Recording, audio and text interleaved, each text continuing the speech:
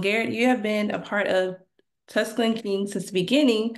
So let's dive right into season two. What can you tease about your character, elevation in this new chapter?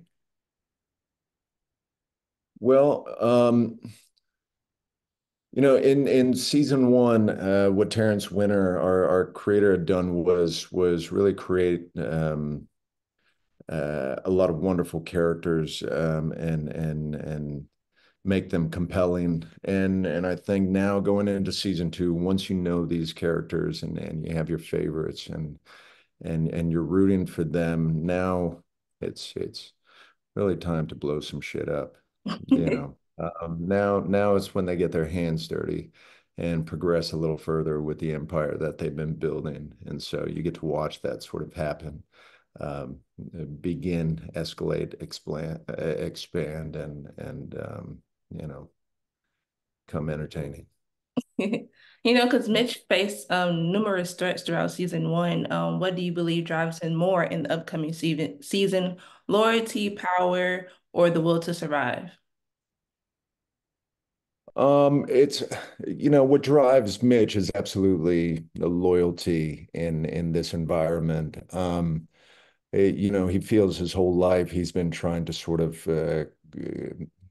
claw his way to the surface just to breathe. And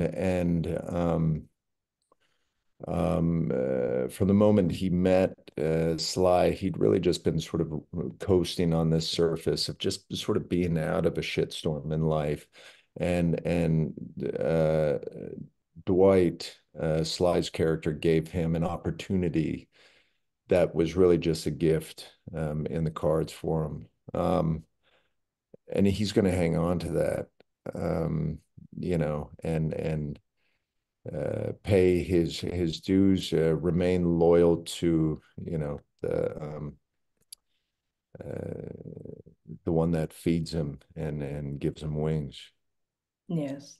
Because your character like has a deep connection to the mob world.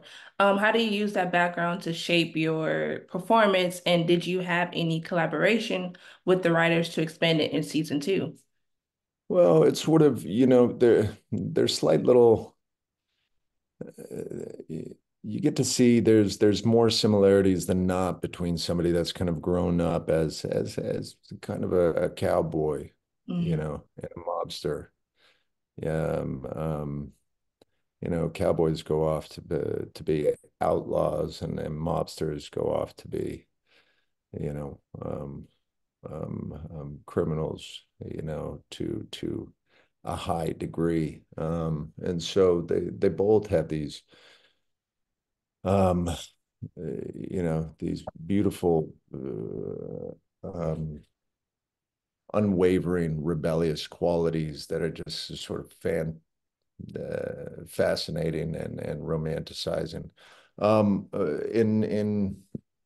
In terms of Mitch, yes, he's essentially a cowboy at heart. Father was a soldier, is now a vet. Also spent time behind the bars, like Dwight, and so they just have a lot in common, and they couldn't be really better um, um, co-pilots throughout this mission that they're on, to create this sort of empire and make a name for themselves in Oklahoma and become the sort of most ruthless stature in the community. Yes. Uh, Obviously, when Dwight's character and mine decided to become partners and utilize my bar, the Bread to Buck, as their sort of staple facility, that then at the top of season two has revealed itself to become now a flourishing casino, a place for them to clean money, a place for them to make deals, seed deals out, a place for them to unite and work over whatever the next task or obstacle is in front of them. Hmm. Um, yeah, and then the exciting thing about season two is there's going to be a lot of obstacles placed in front of them, a lot of opposing forces. Um, by other people that see what they're doing, and feel it's very attractive and want to be a part of it or want to take it down. That's true, because I feel like the rivalry between, Dwight and the Kansas City mob has been building. What can you hit about how this conflict will escalate in the new season, and how does your character fit into this power struggle? You know, that's it's for my character, it jeopardizes their sort of quote unquote like corporation. It jeopardizes their business in a sense.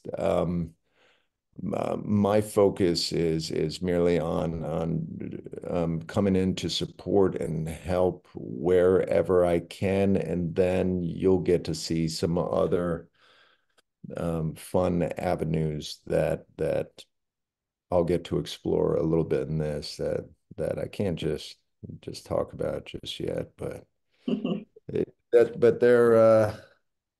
going to add a little bit of flair to old Mitch, and so I'm looking forward to everybody being able to witness that. I feel like Sylvester Stallone's character Dwight commands such a power presence. How was it working alongside him this season influence your performance and the dynamics between your characters? I think working with Sly in the last season, very similar to what the dynamic is within working with him last season. It is very similar to what the dynamic was of that season. Mhm. We were all not only within the material talking about possibilities, what the next steps could be, what else we could conquer and acquire, but also, as we're sitting in our chairs before each take, we're talking about the possibilities of where our characters could go, or maybe what we'd like to try, or what we'd like to explore. Mhm. Um, this season was much more about taking the reins and the ownership and being in control of what you have and steering that ship, especially for Sly. I feel he became much more involved in the creative aspect in this season. He was very involved in the writing this season. The characters, um, uh, the direction and the directors and the shots, and because you get the gist of what could make the show better, especially him as an exec producer on the show. Mhm. What worked and what didn't work of the first season, and you get to come in to the second season really with an idea of not only of what you loved but what the fans loved, and he dove completely into that. um you know in not only protecting everyone, also making them all shine in what aspects of their characters and their performances shine the best, but also what fans really gravitated to most in the show. And so getting to sit back and watch him just flourish in that um, environment with the capacity as to which he did is always beautiful to watch. I think for Sly, he's sort of a man that's really second to no one. Um, um, he's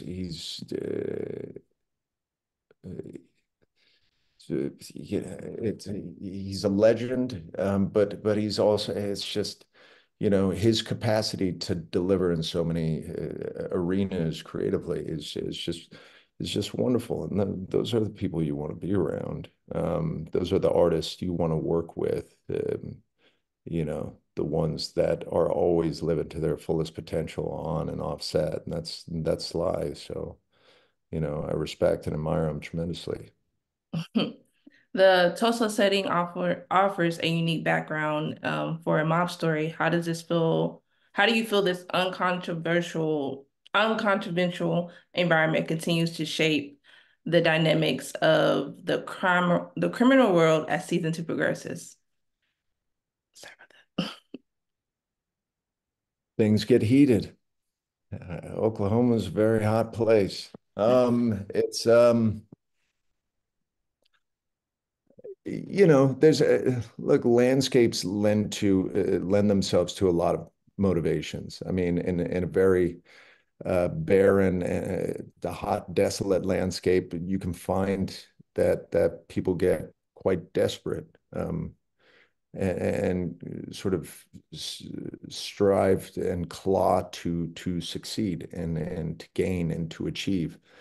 That's just what the landscape sort of offers. I mean, um, um, but also, man, it's for me, Oklahoma's a beautiful land. It's a holy land. It offers so much more than, uh, um, I certainly have a connection to it. I romanticize about the Oklahomas, the Texas, that. past and now. Mhm. Um, and it's refreshing because you've seen, you're so familiar with, New York's mob world. Um, you've been there and you love it. Yeah. I think that was what was enticing sort of about the show and how it got made.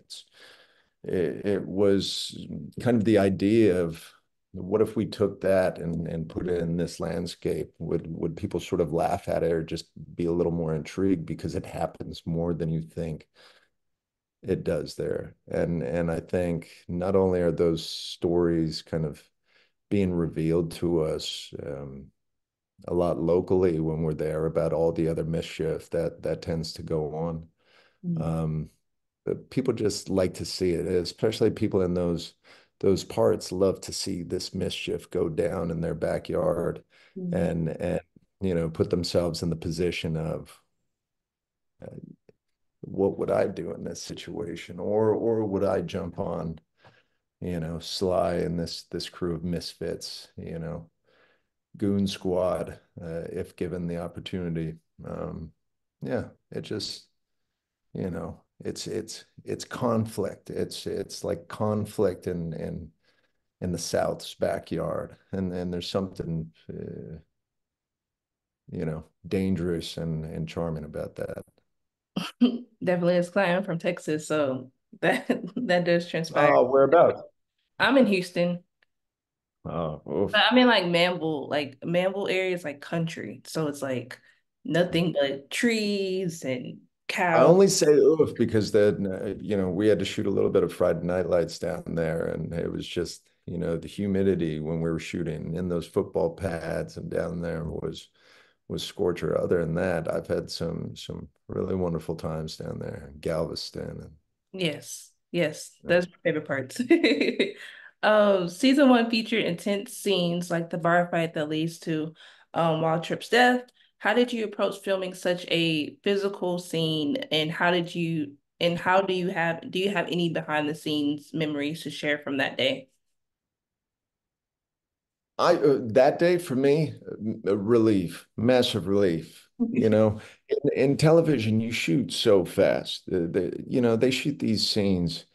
I feel like we shot that whole scene in a day on a film set, on like a film production schedule. That something like that would have taken 2, 3, 4 days. And that's probably because you were dealing with, a set on a location wasn't as convenient as these kind of sound stages with ceiling lights and everything so instantaneously lit.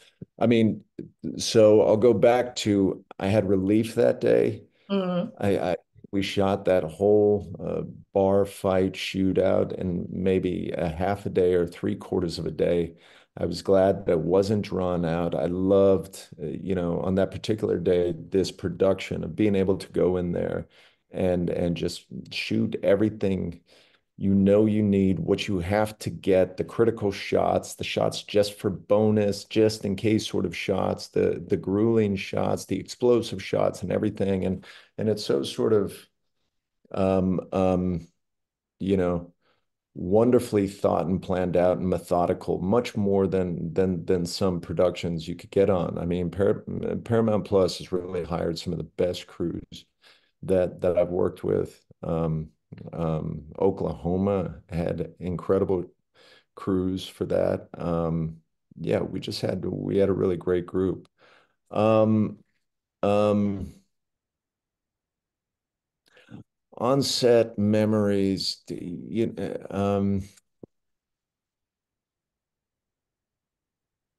me, it still is. No matter how long that I've known Sly for, it's still a wonderful fucking pinch yourself moment, you Mm, know, regardless of anything else. That you're sitting there with a man that, I mean, in my seventh grade, what have you, band recital. I was playing the the Rocky anthem on the trombone. Um, mm, you know, I, he's a legend. So when he and I sit there and just talk about life, sitting back, and he's got his hands on a old stogie, and we're just, you know, reminiscing about whether it be the kids, the next movie that's coming out in the theater, mhm. uh, memories of you know our productions, working with certain actors, just stories, just that kind of on-set banter I cherish with Sly and the rest of the cast. Everybody's been doing this for a good amount of time, and so when we gather, there's never a dull. That was my favorite catchphrase, so that was funny. Sorry. Uh, Oh, sorry. The first season was full of intense conversations and alliances. Looking back, what was the most challenging scene for your character, and how did you prepare for that moment? in season one, Mhm. Yes, the first season. most challenging stuff from my character. I mean, I don't know if I had too many challenging moments in it. I mean, I've had some really challenging, scenes and moments in my career, but showing up on set to this production each day was really just fun. You got to sort of push the envelope of kind of every element of television that people love, and you got the best captains in the game steering the ship. You got Taylor Sheridan and Terrence Winter, the wonderful studios and Sly. I mean, everybody knows what they're doing so well. You're in good hands, and you just sit back and enjoy. And kind of the grittier days are, you know, where the nectar is. But yeah, I don't recall anything that um, challenging that I got to reveal in that one. What are some episodes this season that you think fans should definitely check out or keep an eye out for? Um, Episodes this season, well, we've sure set it up for another banger of a finale. Hmm. So watch every episode and then watch. Definitely don't miss the finale.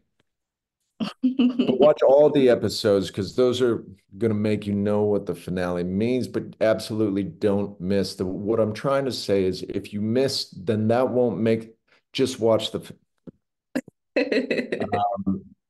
no, there's gems across the board. I think this season it delivers some heart, delivers great conflict, delivers a whole new means of mischief. Um, you know, yeah, I'm excited to hear what everybody else thinks. Aside from the show, do you have any projects or interests in the works? Yeah, yeah, I do. Um,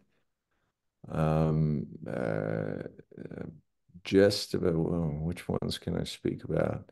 I'm just about to start shooting a series here soon. The Jean Benet story, Oh, where I play Detective Steve Thomas, who was a detective for the Boulder Police Department that becomes was one of the main detectives on the case that eventually had um, um, um, um, some polluted feelings about the DA's office and wrote a book about not only the case but his feelings of how it was mishandled.